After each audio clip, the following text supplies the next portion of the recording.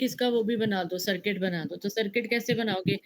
x का complement और y, ठीक है? पहले आपने क्या लेना है, x और y का आई थिंक ये क्या लिखा है, x का कॉम्प्लीमेंट, ओके। हाँ, ये ग्राफ ऐसे नहीं बनाना क्योंकि आपको नैंड नोर ऐसे नहीं आने लगे।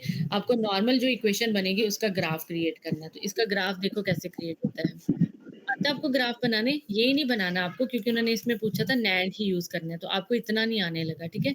x कॉम्प्लीमेंट y और x z है, ठीक है ना? जैसे ये देखो, x का complement y plus x z, ठीक है? ये है, इसका ग्राफ कैसे बनेगा? सबसे पहले आपने x लिया, उसके आगे आपने कॉम्प्लीमेंट लगा दिया, वो क्या बन गया, x डैश। फिर यहाँ से आपने y लिया, उन दोनों का क्या कर दोगे, एंड कर दोगे, तो क्या आ जाएगा, x कॉम्प्लीमेंट z।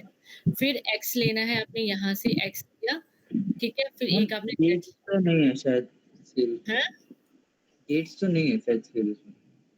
क्या नहीं है? ये गेट्स वाला क्वेश्चन है नहीं सिलेबस में है ना? शायद। हाँ, मुझे भी लग रहा है गेट्स वाला आएगा नहीं, आपको इसको मत करो, इतना ज्यादा डिटेल में जाने की जरूरत नहीं है, ठीक है? ओके, क्लियर अब आपको ये चीज?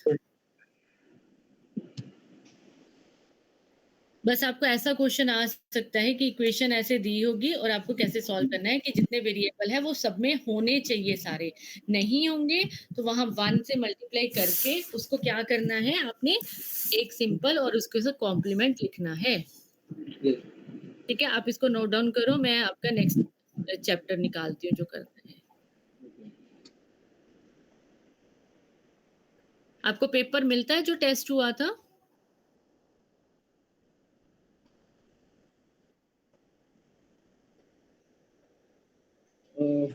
अभी तो नहीं मिला मैम। Okay, graph chapter. पर मैं तो पीवाईक्यू कोशिश करता हूँ मिल जाए। हाँ, आप लेने की कोशिश करो तो कि ना मैं आपको प्रैक्टिस करवा पाऊँ। अभी तो हम करेंगे ग्राफ चैप्टर ना, 1 सेकंड में ग्राफ के लिए पीडीएफ निकाल रही हूँ।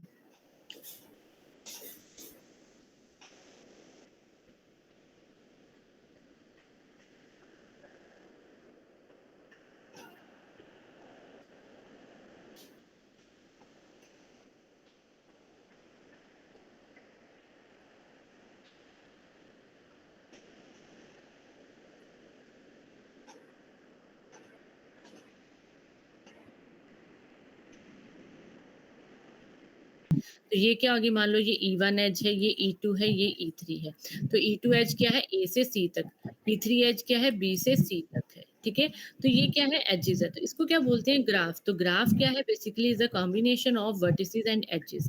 तो वर्टिसेस क्या होंगे, ये जो कॉर्नर पॉइंट है A B C, जैसे यहाँ पे B1 B2 B3 B4 B5, ठीक है? और क्या है, एजेस है, ठीक है? क्या हुआ?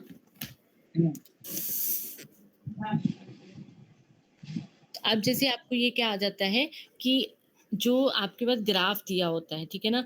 अब जैसे ये ग्राफ है, इसमें पूछा जाएगा कि आपके कितने नंबर ऑफ वर्टिसेस है। तो वर्टिसेस कितने हैं इसमें, 1 2 3 4 एंड 5, 5 वर्टिसेस है। एजेस कितनी है, काउंट करो, देखो। एक तो आ गई ये वाली 1 2 3 4 5 6 और ये सेल्फ लूप 7, ठीक है? This is a self loop. Self loop क्या होती है, कोई वर्टेक्स है मान लो, है ना, जिससे स्टार्ट होके वापस उसी पे ही आ रहे हो, that is a self loop. Then तो हमारे पास क्या आता है कि ये जो ग्राफ होता है उसमें वर्टिसेस एजेस होती हैं, और जो वर्टिसेस को कनेक्ट करती है वो क्या बन जाती है, एज बन जाती है, ठीक है? और इसमें ना क्वेश्चन आ जाता है कि ऑर्डर ऑफ ग्राफ क्या होता है। ऑर्डर ऑफ ग्राफ होता है कि उसमें नंबर ऑफ वर्टिसेस कितने हैं। तो राइट डाउन दिस पॉइंट कि कभी भी ऑर्डर ऑफ ग्राफ पूछा जाए तो आपने क्या कैलकुलेट करना है, उसमें नंबर ऑफ वर्टिसेस कितने हैं। डन?